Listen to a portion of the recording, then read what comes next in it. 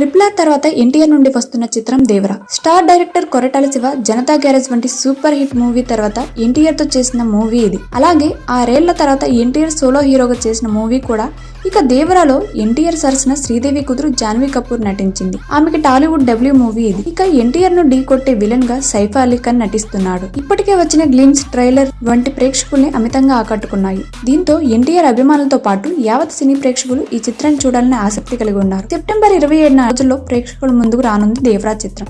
ఇదిలా ఉండగా ఆల్రెడీ దేవరా చిత్రాన్ని కొంతమంది ఓవర్సీస్ డిస్ట్రిబ్యూటర్స్ కి చూపించారు. సినిమా వీక్షించిన తర్వాత వారు తమ అభిప్రాయాన్ని షేర్ చేసుకోవడం జరిగింది. దేవరా ఫస్ట్ హాఫ్ బాగానే ఉంటుందట. యాక్షన్ ఎపిసోడ్స్ ప్రేక్షకులకి కొత్త ఫీలింగ్ ని కలిగిస్తాయి అని తెలుస్తుంది. ఇక సెకండ్ హాఫ్ బాగుంటుందట. రివర్స్ స్క్రీన్ పై అనేది కొంచెం కన్ఫ్యూజ్ చేసే విధంగా ఉంటుందని అంటున్నారు. అయితే మళ్ళీ క్లైమాక్స్ పుంజుకుంటుంది. క్లైమాక్స్ లో వచ్చే యాక్షన్ సీక్వెన్స్ తెలుగు ప్రేక్షకులకి కొత్త ఫీలింగ్ ని కలిగిస్తాయని అంటున్నారు. అనిరుద్ బీజియం, ఎన్టీఆర్ నటన, రత్నవేలు, సినిమాటోగ్రఫీ సినిమాకి మేజర్ ప్లస్ పాయింట్స్ అంటున్నారు. మొత్తంగా దేవరా కంటెంట్ ప్రకారం చూసుకుంటే ఖచ్చితంగా దర్శకుడు కొరటాల శివ గత చిత్రం ఆచార్య కంటే బెటర్ గానే ఉంటుందట. ఫ్యాన్స్ ని ఆకట్టుకునే అంశాలు ఉన్నాయని, కామన్ ఆడియన్స్ ని కూడా మెప్పిస్తాయని సినిమా చూసిన వాళ్ళు చెబుతున్నారు.